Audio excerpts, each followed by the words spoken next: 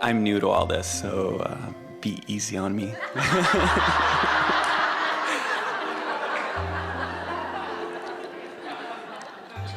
We haven't talked too much about soulmates or that kind of idea. I was wondering what you thought about that. Yeah, what is that? Well, very often you'll meet someone and you'll feel an extra resonance with them. And we've noticed, and this surprises people when they hear it from us for the first time, that it is as likely for your soulmate to be someone who just gives you that warm, fuzzy feeling that you've come home, as it is for you to find the soulmate who just makes you feel livid and angry. Because sometimes your soulmate is already in that place of alignment and sometimes not, or sometimes your soulmate is in alignment and you are not. So depending upon where you are along this emotional scale makes them feel the way they feel to you. And the reason we want you to hear that is that when you really want something, when you're not a vibrational match to it, it feels worse. In other words, a car that's going 100 miles an hour and hits a tree is a bigger problem than a car that goes 5 miles an hour and hits a tree. So your soulmate could feel fabulously to you or awful to you, depending upon where either one of you are in relationship to who you really are. Does that make sense to you? Now, it's interesting that you're new, because we're not going to give you the answer that we might have given you if you were here last year or the year before or the year before. We're going to give you the answer that is appropriate given this leading edge discussion that we're having here in relationship to this stream. So you're really going to like this. So you come forth as source energy and you bang around in this body and you have experiences which cause you to put things in your vibrational escrow. So without even knowing it, when you're very young, even the first day of your experience, you begin having interpersonal relationships and throwing your preferences over there into vibrational escrow. So for example, with Jerry and Esther, they came together late in their lives, so to speak. They've been together since 1976 is when they met, but both of them had lived a lot of life before that. And as they were living life apart from each other, each of them were having experiences with others and experiences with life that was causing them to identify who they really are. So a vibrational escrow for each of them was forming. And unbeknownst to either one of them, life was causing Esther to create a vibrational escrow that was the identical, or nearly so, vibration of the vibrational escrow that Jerry was in the process of creating. Now, what that means is both of them were source energy coming in and same vibration coming in. And as they each individually lived life and had exposure to experiences that took them away from who they really are, their desire to be who they really are kept getting thrown over there into their vibrational escrow. You getting a picture of this? So here they are, bipping along through life. You all are doing this individually, while who they really are, who they had each become, was over there being tended by source energy, calling them each to it.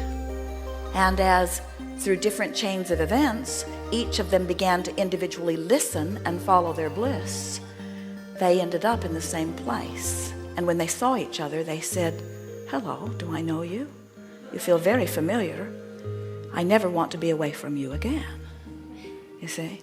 So think about what a soulmate really is. It's you coming into alignment with that which you are calling soul. It's you coming into alignment with who you really are. And in the religious sense, it is certainly spiritual, soulmate. But in the secular sense, in terms of relationships, isn't it logical that the person, the lover that you are seeing as your soulmate is someone who must be vibrationally compatible with that which is the heart of you, with that which you have become? So we want you to understand the only thing that is necessary for any of you to find your soulmate is for you to first mate with your own soul. In other words, you've got to close that gap. And it's an interesting thing because it's a very frequent thing that someone will be banging around and they will go to Alcoholics Anonymous or something, and they'll get turned around and they will come into vibrational alignment with who they are, and they will feel so much better as they come into alignment with who they are, and they temporarily don't really have access to their soulmate because their soulmate's still over there making amends to the people they have wronged.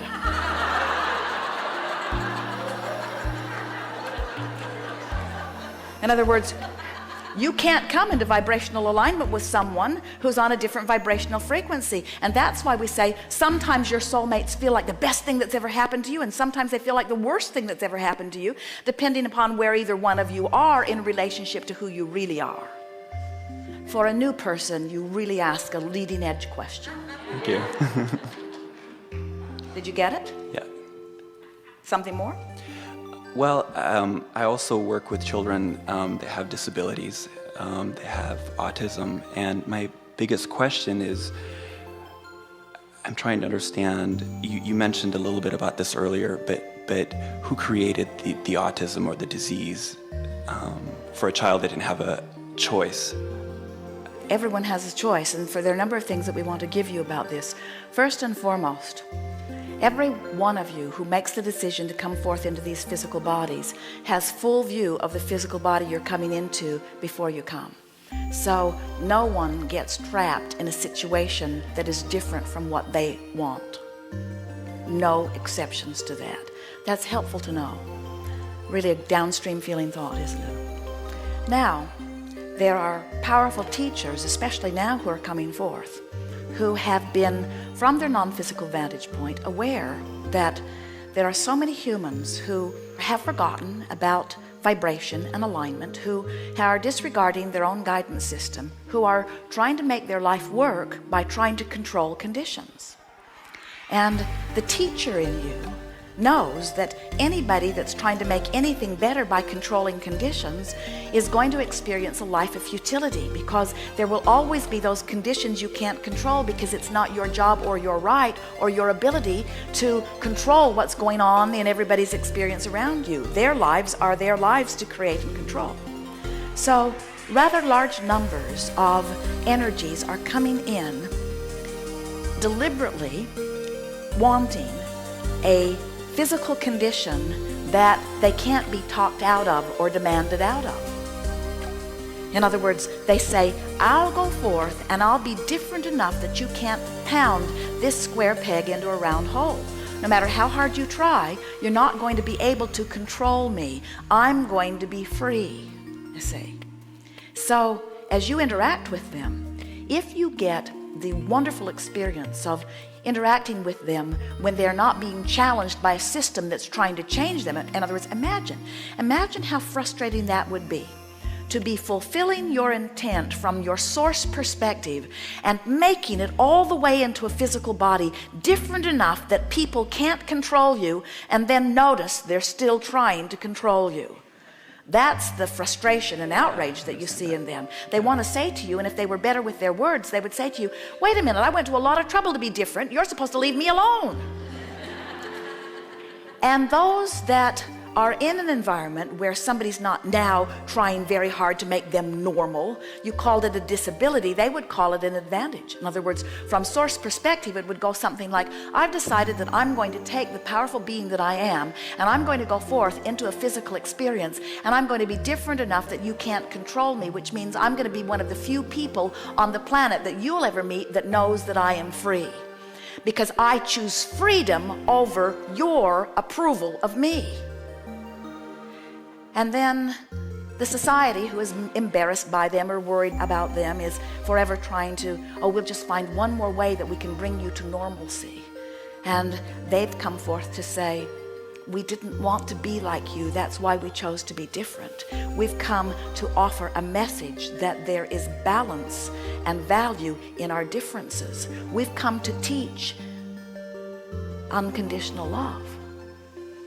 Most people talk about unconditional love, but they don't live it. Most people say, oh, you're so sweet, I love you under those conditions, and you are so strange.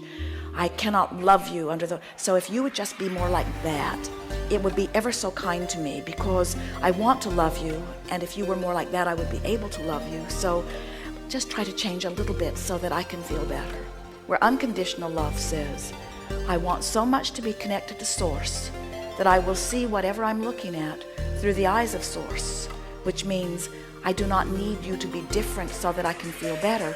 I have the ability to adjust my gaze to align myself with Source. Unconditional love says, I will find connection with Source and then I will look. Conditional love says, I will ask you to be the way I need you to be so that when I look, I will feel better. Huge difference. Unconditional love is absolute freedom. Conditional love is absolute bondage. So these blessed beings have come forth as teachers of freedom. And interesting, the most interesting thing of all, they feel free even when you try to control them. It's such an interesting thing. So the autistic child feels free and isn't worried about anything. Have you noticed? Exactly. And the people that are trying to get them to be different so that they can feel better are in absolute bondage. Right. And the child says, I don't know what your problem is. And the teacher or parent says, you're the problem. And the child says, you kind of need to get over that because I can't change. If you're going to interact with me, you've got to discover unconditional love. And when you do, you'll be free like me. And then maybe so many of us won't have to come forth autistically in order to teach this to you. They're having a very good time. Watch them up close and feel the joy of their being. And tell them, you need not change a hair for me. Bless you. That's right. Thank you.